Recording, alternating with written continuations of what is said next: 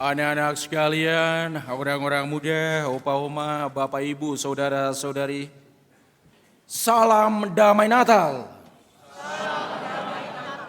Karena agak malam ya, suaranya agak redup-redup gitu. Salam damai Natal. Kalau begini semangatnya kita, pasti Yesus akan terbangun dari tidurnya. Dan akan datang menyapa kita satu-satu, hai.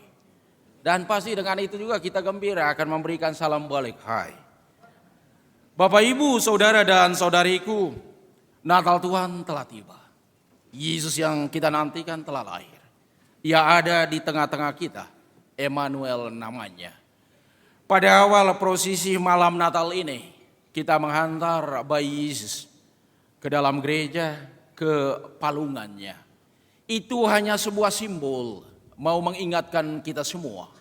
Kita harus membuka diri. Kita membiarkan Yesus lahir di hati kita. Lahir di tengah keluarga kita.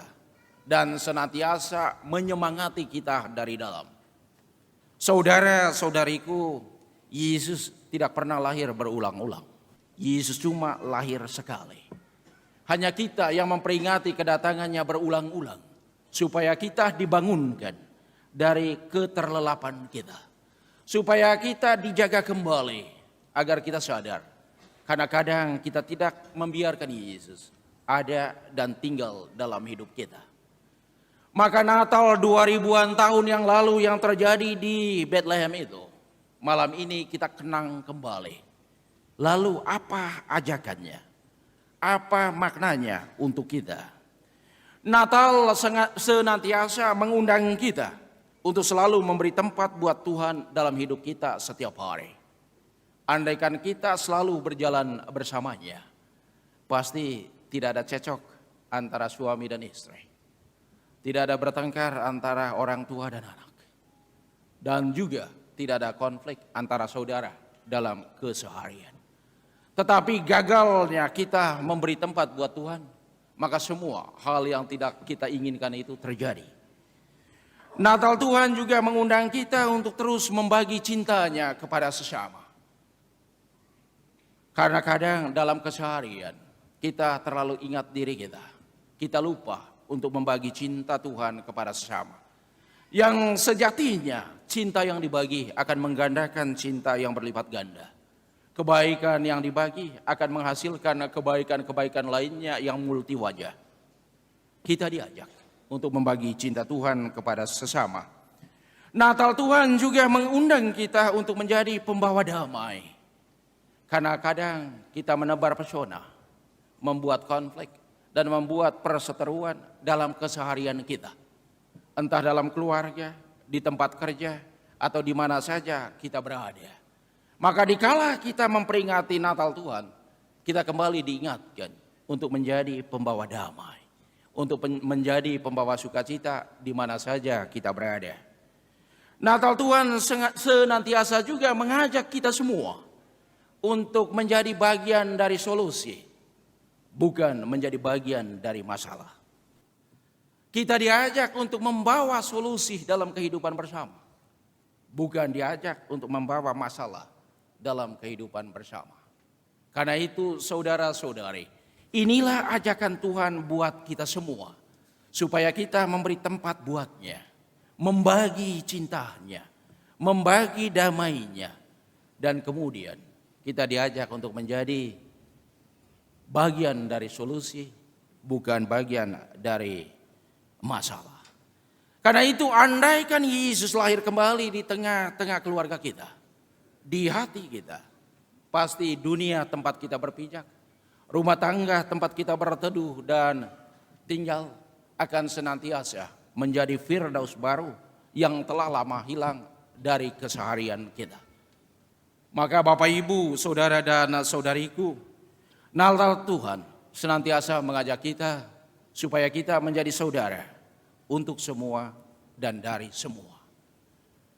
Pernah satu kali seorang bapak, dia di waktu malam Natal, dia katakan kepada anak dan istrinya, begini, kamu saja yang ke gereja ya, Papa jaga rumah, karena malam Natal itu berbahaya. pencuri bisa datang. Lalu mama pintar juga. Dia bilang kepada anak-anaknya, kalau begitu mami dan papi di rumah ya. Takut nanti papi ada gangguan kesehatan. Biar anak-anak saja yang itu ke gereja. Lalu anak-anak juga tidak ketinggalan alasan. Lalu anak-anak bilang gini, Pak, Mi, itu kami juga tidak usah ke gereja. Karena malam Natal gerejanya penuh. Tidak dapat tempat duduk, biar tunggu hari raya Natal saja. Lalu mereka semua satu keluarga tidak ke perayaan malam Natal. Di hari raya Natal tanggal 25-nya mereka juga lupa ke Natal.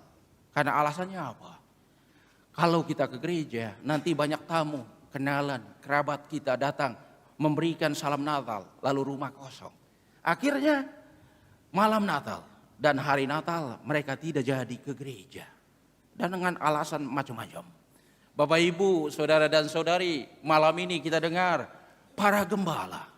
Di saat malaikat Tuhan datang, dia bilang, telah lahir sang juru selamat di kandang Bethlehem. Mereka tidak punya alasan, nanti siapa yang jaga domba-domba kami, gembalaan kami. Lalu nanti ada pencuri yang akan mengambilnya. Mereka tidak tanya. Mereka juga tidak tanya anak siapa itu. Bapaknya siapa, mamanya siapa, enggak tanya. Mereka pergi.